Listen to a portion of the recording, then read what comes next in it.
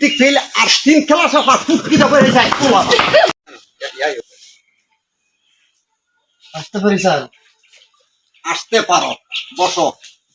Sir আমি কি আসতে পারি? আসতে পারো, বসো। জি স্যার। বইগুলো কালকে তো পড়া দিয়ে দিছিলাম, তো পড়া তো শিখে আসতে পারো না, আজকে একটা পড়া দিয়ে দিচ্ছি আমি তোমাকে।